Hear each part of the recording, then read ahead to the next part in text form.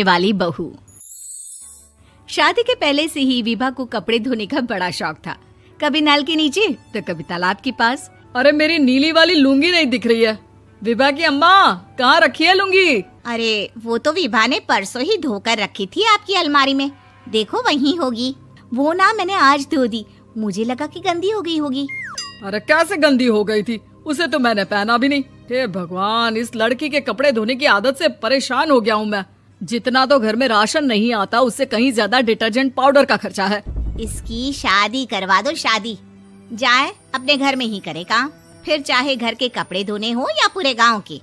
हाँ ठीक बोल रही हूँ, देखता हूँ मैं कोई लड़का। वो दिन भी आ जाता है जब विभा को देखने लड़के वाले आ जाते हैं। लड़की मुझे अच्छी लगी।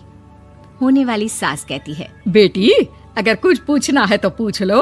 वैसे तो हमारी लड़की बहुत ही शर्मीली है, जो बोल दो वो मान लेती है, इसे क्या पूछना होगा। अरे कैसी बात कर रही हो माँ, मुझे इन लोगों के घर रहना है, सवाल तो कई है।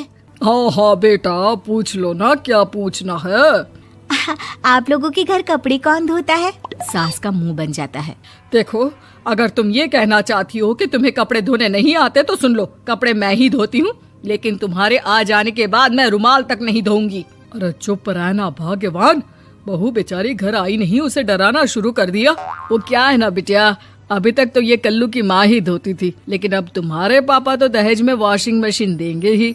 तभी विभा की माँ बोल पड़ती है, सवाल भी पूछा तो क्या। वैसे भाई साहब, मशीन की तो फिर भी कपड़े धोने की कैपेसिटी होती है। मतलब जो बिटिया दे रहे हैं ना विभा, इसे कपड़े धोने का बहुत शौक है। ये आप लोगों के क्या, आस पड़ोस गांव मोहल्ले सबके कपड़े धो दे और उफ तक ना करे।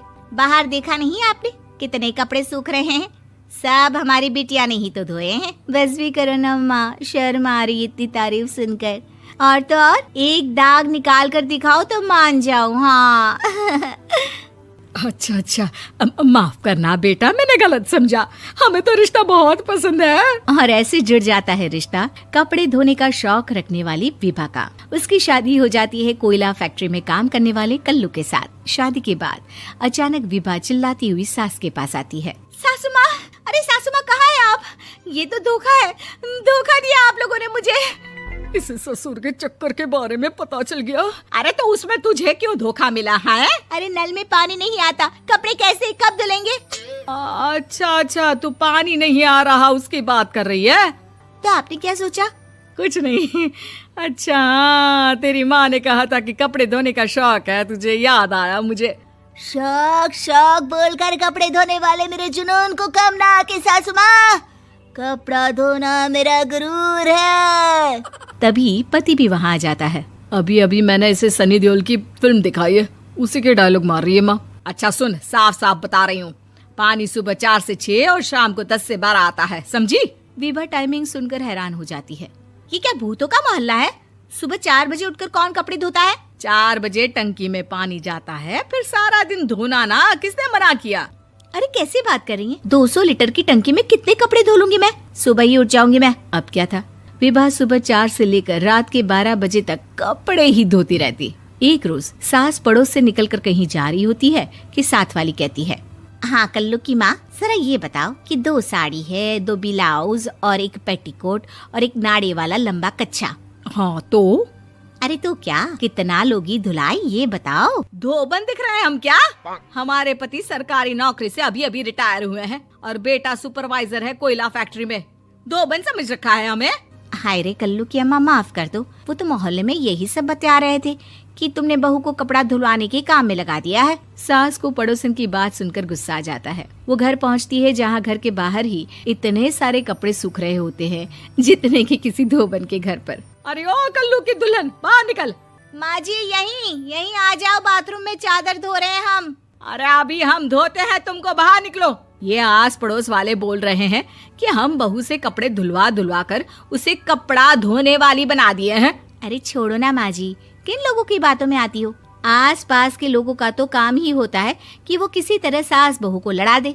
बहू सारे घर के कपड़े धोती है, ये क्या कम है? बोलिए। सास को भी लग जाता है कि वो बहू का ये सनकीपन नहीं छुड़वा सकती, इससे अच्छा है कि खुद ही चुप हो जाए।